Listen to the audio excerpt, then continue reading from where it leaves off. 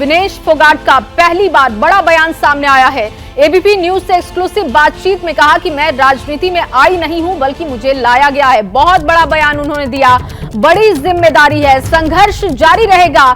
जुलाना से कांग्रेस के टिकट पर चुनाव लड़ रही हैं विनेश और पहली बार एबीपी न्यूज पर उन्होंने बयान दिया कि मैं राजनीति में आई नहीं हूं, मुझे लाया गया है और अब सब कुछ भगवान के ऊपर है, वही बेड़ा पार करेंगे। बड़ी जिम्मेदारी मेरे ऊपर है, संघर्ष जारी रहेगा। विनेश जुलाना से इस बार कांग्रेस के टिकट पर चुनाव लड़ रही हैं और एबीपी न्यूज से एक्सक्लूसिव बातचीत में कई सवालों का उन्होंने जवाब दिया है। उन्होंने कहा कि मैं राजनीति में आई नहीं हूं, मुझे लाया गया है, बड़ी जिम्मेदारी है, संघर्ष जारी है। सुनते हैं विनेश फोगाट ने क्या कहा। आपने आंदोलन किया और वहां झंडा पकड़े हुए हैं और सड़क पर घसीटी जा रही हैं। सरकार की तरफ से कहीं कोई प्रधानमंत्री से, प्रधानमंत्री कार्यालय से कोई संपर्क नहीं सदा आपके साथ? मैं बात की लेकिन समझौता करना चाह रहे थे। किसने बात की थी? उनके हर एक अधिकारी ने बात किया। अच्छा, प्रधानमंत्री ने नहीं? उन्होंने नहीं किया, उनसे नीचे वाले सब ने किया। इन चीजों पे समझौता नहीं होता है सर।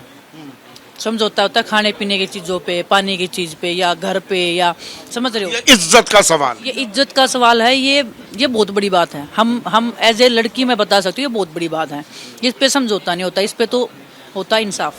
वो इंसाफ नहीं हुआ बस। अगर वो साथ होते तो हम आते ही नहीं पॉलिटिक्स में। सच्चाई तो ये है, अगर वो साथ होते, अगर वो हमारी जो लड़ाई थी उसको सच्चाई से, ईमानदारी से सोचते, निभाते या दूध का दूध पानी का पानी होने देते तो आज ये नौबत आती ही नहीं कि हम यहाँ पे आते और वो अपनी करते, हम अपना गेम करते, बात खत्म थी। एबीपी न्यूज से विनेश फोगाट ने बातचीत में मेडल को लेकर भी बड़ा बयान दिया। मेडल मेरा नहीं था, देश का मेडल था। बहुत भावुक पल उसने बताया था जब वो मेडल के करीब पहुंचते पहुंचते चूक गई थी। 100 ग्राम वेट की वजह से वो ओलंपिक से डिस्क्वालीफाई हो गई थी। उसको लेकर भी उन्होंने बात की, सुनते हैं। आपका 100 ग्राम वजन आपका बढ़ा हुआ मिला तो कानूनी आपके पास विकल्प भी मौजूद थे, ये आपको किसने बताया? ये मेरी एक जब हम प्रोटेस्ट में थे तो एक फ्रेंड हैं, वो इंटरनेशनली वो पूरे स्पोर्ट्स में और ये सब करते हैं। उन्होंने मुझे अप्रोच किया था कि ऐसे ऐसे चीज़ें हैं। भारतीय प्रतिनिधि मंडल ने, जो हमारा डेलीगेशन था, उन्होंने कोई आपकी मदद नहीं, कोई मदद नहीं? बाद में वो सब रूप में आए हैं सब लोग। मेरी जानकारी ऐसी है कि वहां पर आपको और बाकी देश के खिलाड़ियों ने बताया कि सही तरीके से आप कानूनी लड़ाई, आपकी कानूनी लड़ाई लड़ी जाती तो मेडल आपको मिल सकता। ये ऐसा सच है क्या? सच है। ये दुर्भाग्य है देश का ही। वो मेडल ये इतना ईगो पे ले गए कि ये मेडल मेरा था, ये मेरा नहीं था, ये देश का था। देश चाहता तो ला सकता था लेकिन वो नहीं लेके आए। वो कौन नहीं लेके आए वो तो सबको पता ही है। वो विनेश का कैसे था? वो तो भारत का मेडल होता। ये बीजेपी वाले तो सोच रहे हैं ना विनेश का था, तभी तो इन्होंने इतना मेरे उसे बदला लेने के लिए इतना सब किया है। कोई सहायता नहीं? नहीं, कुछ नहीं। अब इसको ठीक करना है, अकेडमी बनाएंगी, कोई आपने गेम प्लान भी बनाई है जो महिलाओं के लिए, बच्चियों के लिए, बेटियों के लिए आप एक प्रेरणा स्रोत भी हैं? अगर मैं किसी जगह पे बैठी हूँ तो ये जरूर आश्वासन दे सकती हूँ मैं लड़कियों को, कुछ भी गलत हो आप मेरे को एक फ़ोन कॉल करो, बस जहाँ पे लड़ना होगा फिर मैं लड़ूंगी।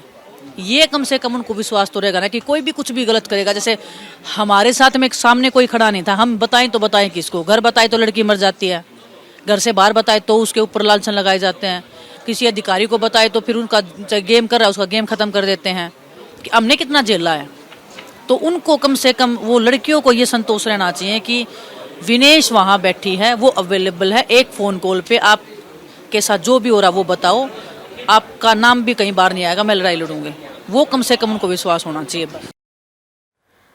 एबीपी न्यूज से बातचीत करते हुए पिता को याद करके भावुक हो गए विनेश। उन्होंने कहा कि 2 साल मैंने बहुत मुश्किलों का सामना किया, पिता की शक्ति है जो मुझे लड़ने की ताकत देती है। अपने पिता को याद करते हुए काफी भावुक हो गई, सुनते हैं। अपने पिता को याद करती हैं? सर ये बहुत सेंसिटिव टॉपिक है। बिल्कुल याद करती हूँ और ये देश को पता होना चाहिए। देखिए लोगों को, भाई विनेश यहाँ आ गई, 100 किलोग्राम, ब्रजभूषण शरण सिंह, ये तमाम बातें राजनीति, हम भी वही सवाल पूछते हैं। बहुत कम लोगों को, देशवासियों को पता होगा, विनेश के पिता एक बस ड्राइवर थे और आप कहा करती थी अपने पिताजी से, क्या बोलती थी उनको, बापू, पापा? हाँ। पापा बस चलाते हो, किसी दिन हवाई जहाज में भी घुमाऊंगी?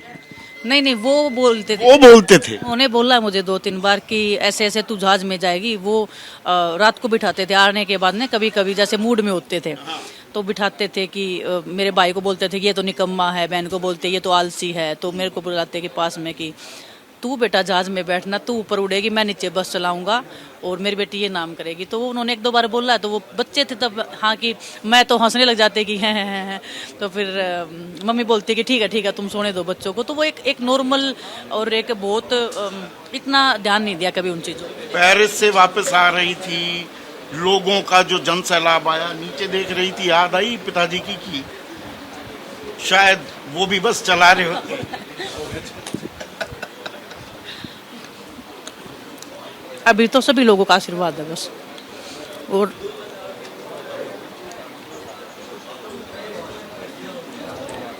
उनकी भी कहीं ना कहीं शक्ति है जो 2 साल में झेला है, जिससे हम एक टाइम पे ऐसे लगा था कि मर जाएंगे सब लोग। वहाँ से अगर हम निकले हैं तो उन जैसे अच्छे लोगों की जो भावनाएं हैं, जो प्यार है, वो साथ में है। मुझे आज भी उनकी प्रेजेंस फील होती है कि वो साथ में है, और जब तक वो साथ में है तो। और जो प्यार सम्मान लोगों ने दिया, 12 घंटे लग गए एयरपोर्ट से बलाली आने में, तो वो अग्नि परीक्षा, वो कष्ट, वो तप, वो तपस्या, ऐसा लगा इट वॉज वर्थ इट। जिंदगी का एक अहम पार्ट होता है हमारे लिए कि ओलंपिक्स में जाए, मेडल लेके आए, लोग बोले कि देखो देखो ये खिलाड़ी है। या मैंने सच्ची बताऊं तो कभी सोचा नहीं था कि गोल्ड के बाद भी इतना मान सम्मान मुझे मिलता, मतलब नहीं सोचा था मैंने कभी। मैं तो जब बोला मुझे प्रोग्राम हो रहे तो मैं सोची कि ठीक है 1-2 गांव में प्रोग्राम होते होंगे, फिर सीधा गांव में प्रोग्राम हुए। मुझे नहीं पता था कि हर 100 मीटर के ऊपर लोग मेरे लिए वेट कर रहे होंगे, ये नहीं सोचा था मैंने। पेरिस से वापस आ रही थी, लोगों का जो जन सैलाब आया, नीचे देख रही थी, याद आई पिताजी की शायद वो भी बस चला रहे होते। अभी तो सभी लोगों का आशीर्वाद है बस। और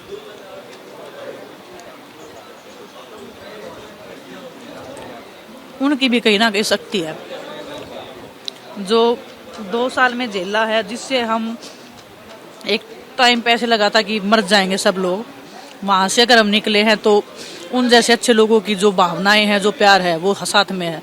मुझे आज भी उनकी प्रेजेंस फील होती है कि वो साथ में है, और जब तक वो साथ में है तो।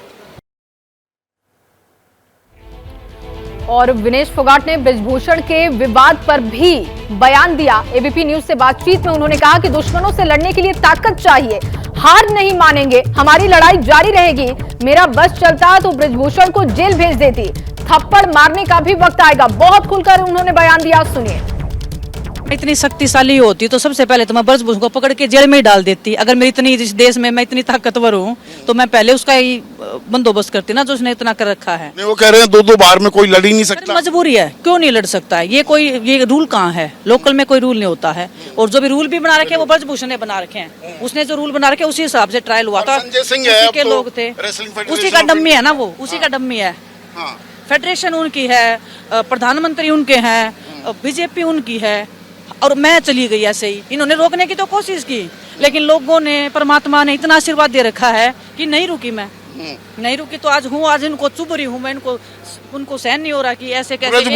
बृजभूषण तो कह रहे हैं कि ये ऐसी राजनीति कर दी, ऐसा खेल करा विनेश ने, हमारे तो 5-5 मेडल आते हैं रेसलिंग में, और इन्होंने वो मेडल नहीं लेने दिए। नहीं सर, ये तो अपना मेहनत के ऊपर, संघर्ष पे होता है सबका। वो मैं कौन मेडल लेने से रोकने वाला? ऐसा ही लेने देने से मैं ही कर लेती, अपना ही ले आती मैं, है ना। वो तो सबकी मेहनत है।